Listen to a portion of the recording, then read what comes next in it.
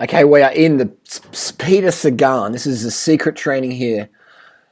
Secret training here with Peter Sagan, Adelaide, Australia. Thanks to Lantern Rouge.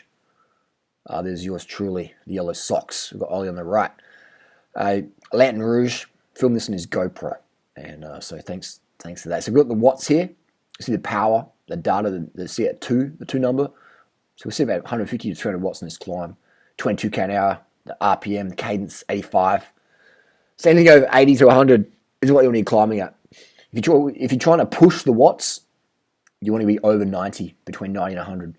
Under 90, when you're trying to push, you're losing power. You're losing efficiency. Simple as that. Just look at Peter Sagan. Look at Chris Froome. Look at Lance Armstrong. Look at Cancellara. Look at Rowan Dennis. Look at any of the gun time trialers, sprinters, climbers of the modern era. And it is cadence all the way. And people can disagree with that, but they're still going to be wrong. And a quick search for YouTube will prove them wrong. Watch all the cadence of the big hitters with the best doctors in the best races and watch what cadence they choose when it's crunch time, when it's payday. When you want to make the pace like a brick in the face, then up the cadence and boom, the watt bombs drop. Simple as that. Simple as that. Anyway, I'm on the bamboo bike here, and we're cruising up Wollonga Hill, which is it's featured in the Tour Down Under every year for the last few years. Richie Port typically lights it up in the last K and goes for the win and does it in spectacular fashion. Spectacular fashion. So we even see Valverde these days. See Valverde and Simon Gerrans spinning to win up the Wollonga Hill. Up the Wollonga Hill. So we've got a few riders here. A few of the vegan guys. And this is the reality I live in. People come to Adelaide from all parts of the world. We've got Christian Air from Chile. He came from Chile, all the way from Chile to Adelaide to meet up with durianrider, to meet the crew, to get the training done, etc. We've got Ollie there from UK, who just turned up at the Backpackers Hostel, messaged me and said, "What's up?" And I said, "You want to come out riding with Peter Sagan tomorrow?" And he's like, "Serious?" I said, "Yeah. Let's hook it up. Meet me at 8 o'clock at Hilton." So this is the reality that I live in, and this is the reality I live in. So if you want to be part of that reality, then carve the fuck up so you got the energy to go out and do shit like this. This is the reality. This is the reality. So this is how the pros train. This is a secret training. It's pretty standard stuff, isn't it? It's just riding bikes on the course, sussing it out. You can see in front of me there is Peter Sagan in the rainbow jersey, and this is 2017. So he's got that. He won that Worlds in 2016. He's riding a Tarmac SL5, the S-Works edition, and just cruising up Wollonga Hill here. And look at the watts. Very, very casual. So he's going to drop back to the car. I'll drop back a bit as well. I just want to see what's going on. And anyway, so I dropped back with Pete. Had a bit of a yarn. He knows who I am. He's watched a few of my videos, and so the other Bora guys I had a conversation with as well. Some of them said they found my commentary quite entertaining and quite interesting and quite honest and open and transparent. It's very interesting how many pro riders watch my banter, watch the antics, and that's the power of YouTube. Anyone can be watching. Hey, mum. And so we're cruising up the hill, and you can see the watts is pretty cash. It's 300, 250, and so that's when cadence doesn't really matter. If you're a pro rider, 300 watts is casual. That's what you would average for a 3 to 4 hour race. It would be at 300 watts. That's the sort of metabolic cost. Would be about 300 watts, which is probably close to 1,000 calories per hour you're burning. Of muscle glycogen. So you've got to be carved up. As soon as you don't eat enough, then boom, you bonk. And we've seen Peter Sagan bonk in races. We've seen Lance Armstrong bonk. We've seen Contador bonk. We've seen any ride, all the top champions ride. Every cyclist has bonked before. And people don't know what bonk means. Bonking means one of two things. It could be you ran out of water, and so you're really dehydrated. That could be sort of, some people call that a bonk. I call it dehydration. Another one is, the second one is glucose exhaustion, where you've run out of your muscle glycogen, you ran your levels really low, and you can't even push 150 watts or 200 watts. You're really, really struggling. You're struggling to focus. Your motivation is just dropping. You're, oh my God, you're counting down the last few miles, and you're not in a massive world of lactate 400 watts. You're in like 150 watts cruising aerobically, but you're just like, oh my God, this is just terrible. This is awful. You're getting passed by riders who you normally can flog. That's when you're bonking. When you normally kick their ass, they're kicking your ass today. And I've been in those situations many a time. And it's very, very rare. It happens now.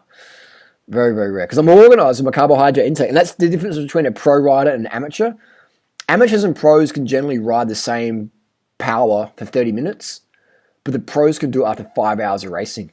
And the main reason is because they know how to eat and drink enough. Yeah, there's the question of having a good doctor, and that's a different story. But the main difference I've found between a pro and an amateur is there's not much difference in the 30-minute power with fresh legs. There's not much difference at all. And what you do notice, though, is it's that, after 5 hours of racing, after 2 weeks of racing, after 5 days of racing, the pros are more organised at getting that carbohydrate in, and the water, and the sleep. They know how to restock their hydration and carbohydrates a lot better. That's the main thing. That's the biggest thing I've done. I did a race in Thailand last year, 7-day race, hardest race I've ever done in my life. And I was in really bad shape, my form, still very lean, but my form was really low because I hadn't done much training. In intensity. But I finished 9th overall and won $800 because I knew how to eat and drink enough. And so the guys who were faster than me, after the second day, they were all cooked. And after the third day, even more cooked. So I just rode myself in 9th place overall because so many people pulled out or just got dropped and lost heaps of time. So even though they were climbing faster than me, it's probably like 20 guys who were climbing faster than me, maybe 30 even. Actually, maybe on the first day, I was probably like 50th or something. But so many people just pulled the pin because they just got so cooked. It was incredible. So you got to carb the fuck up. How do you know much eat enough carbs? 10 grams of carbs per kilo of body weight per day. So that's about 70 kilos, 70 kilo rider. It's about 700 grams a day. That's a lot of carbohydrate. It's quite hard to eat that much volume.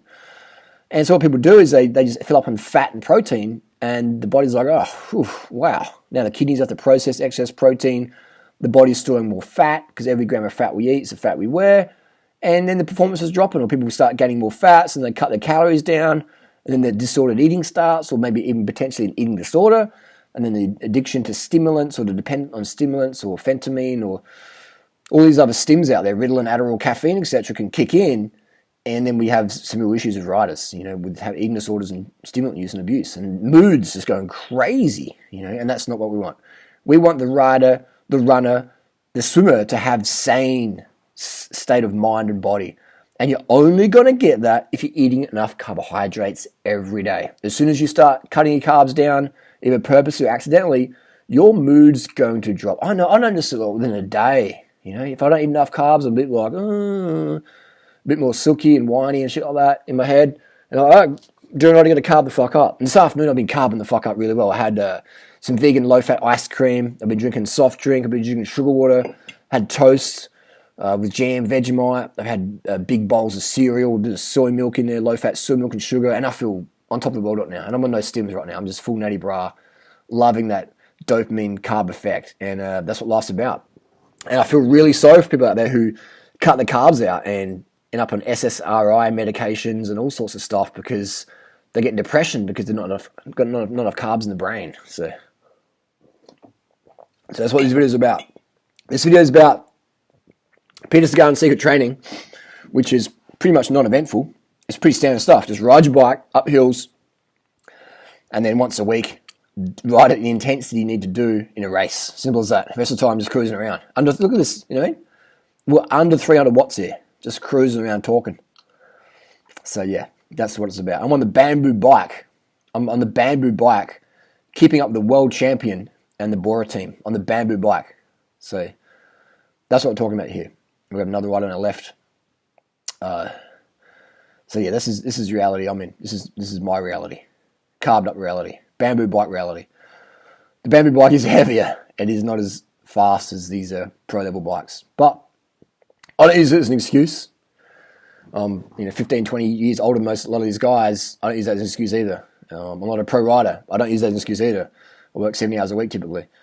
But in January, I take some time off to go and cruise around, get some footage for you guys and girls out there because I really enjoy it. But anyway, carb the fuck up. If you want more information, get a copy. Go to durianrider.com, and get my ebooks and even get my one-on-one coaching. And we talk about this stuff more in depth and detail. And it's simple stuff. I'm a true believer. If you can't explain something simply to the average person, then you simply don't understand it well enough. If you're getting caught up in jargon and complex talk, it's because you don't really understand your subject. You're trying to baffle people with bullshit. But if you can't explain the concept to an 8-year-old, then you don't understand it very well at all. And I can explain nutrition to any 8-year-old. The importance of carbohydrate, and I can demonstrate all these things. Clear urine for better kidneys and better blood volume, and just piss and clear. Everyone knows what clear urine should look like. That's so simple. But how often is it taught in school or work? But if I was an employer, I would have the charts in the toilet. Clear urine, that's the game. Because you're going to have better work productivity. You're going to have less sick people. You're going to be just more productive. People are happier when you're hydrated. So you get dehydrated. As soon as I get dehydrated, I'm like, ugh. I'm like a nag to be around. I'm all like, man. So drink enough water so you piss and clear every 2 to 3 hours. And I even know I'm dehydrated now, and so I can control my mood. I might be feeling like crap. I'm just dehydrated. I'm going to shut my mouth. I'm going to go find some water, get some carbohydrates in me, maybe have a little nap, and then come back when I'm good. All right? I'll leave you guys. I'll be back soon. Got to go look after, get some water, get some stuff done, and then start the conversation again, then start the workload again. Otherwise, you're giving second best. You're giving second best. So carb the fuck up, get it done. I'm a 40-year-old guy on a bamboo bike, non-pro, train 100 Ks a week or 200 Ks a week sometimes, and I'm keeping up the pros, the best in the world, in training and hot weather. That speaks volumes about my advice. And you have people who've been riding for like a year and stuff, and they're still coming out riding with us. And so they're following the durianrider template, carbon the fuck up, spin to win, get a power meter, pace yourself, early nights when you can, and have fun. Above all, have fun. Don't be a shit cunt. Be friendly. Introduce noobs to the sport. Pay it forward. Pay it forward, man. That's what it's all about. But yeah, Two Down Under is a fantastic race to watch. It's like the best in the world, I reckon, because the reason why it's the best in the world is it's like everything's just so close here in Adelaide. The proximity is insane. The proximity is just insane. How the Hilton Hotel is in the city there. All the stages finish. All the riders come back to the Tour Village every day. It's just rad. And those who've been to Two Down Under know what I'm talking about. And those who haven't, come to Adelaide in January during Two Down Under, and then you'll know what everyone's raving on about. It is the best race in the world to watch because the weather's normally really well. Sometimes it gets a bit hot, but it's normally really, really awesome. And you just stay hydrated, man. And just apply durianrider's tips, and you'll have the best fucking holiday ever. Carbon the fuck up, piss and clear, pump your tyres up, get a power meter, pace yourself, and enjoy the road. And pay attention out there as well. Always pay attention to what's in front of you on the bike. Because you never know, it could be Peter Sagan, it could be me, it could be a wombat about to take your fork steer out. Anyway, peace, we'll see you on the road. Carb the fuck up, done. Carbs, carb the fuck up, motherfuckers. Carb the fuck up. Corn, rice, potatoes, yams, bananas, mangoes, dates, plantains, melons, blueberries, blackberries, mulberries. Get them motherfucking carbohydrates in. Go vegan, motherfuckers. Carb the fuck up, the fuck up, the fuck up.